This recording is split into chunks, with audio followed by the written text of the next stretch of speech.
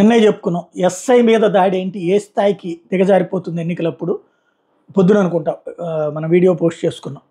ఏదైతే చైతన్య అనే ఎస్ఐ మీదన అంతకుముందేమో తెలుగుదేశం వాళ్ళు విరుచుకుపడేవాళ్ళు, ఇప్పుడు వైసీపీ వాళ్ళు విరుచుకుపడ్డారు. అప్పుడు మాజీ మంత్రి రవీంద్ర, ఇప్పుడు మాజీ మంత్రి పేర్ని నాని ఆయన మీద విరుచుకుపడ్డారు. రౌడీ షీటర్లు అంటూ కార్యకర్తలే కదా రౌడీ షీటర్లుగా మారేది.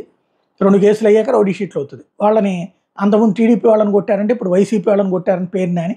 ఇప్పుడు ఆ వ్యవహారం మీద పేర్ని నాని మీద కేసు నమోదు చేశారు. ఐపీసీ 188, 143, 427 సెక్షన్ల కింద చిలకలపూడి పోలీస్ స్టేషన్లో కేసు నమోదు చేశారు. వైసీపీ అనుచరులతో దౌర్జన్యానికి పాల్పడ్డారన్నటువంటి అంశం మీద కానిస్టేబుల్ హరికృష్ణ ఫిర్యాదు మేరకు ఈ కేసు నమోదైంది. ఎన్నికలు కూడా అమల్లో ఉండగా 144 సెక్షన్ అతిక్రమించారని కేసు నమోదు చేశారు. ఫర్నిచర్ ధ్వంసం చేసినందుకు సెక్షన్ 427 కింద పేర్ని నాని మరికొంతమంది మీద కేసులు పెట్టారు.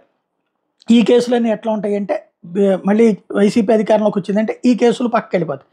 లేదు అంటే ఇవే వెంటాడతాయి రేపు పొద్దున.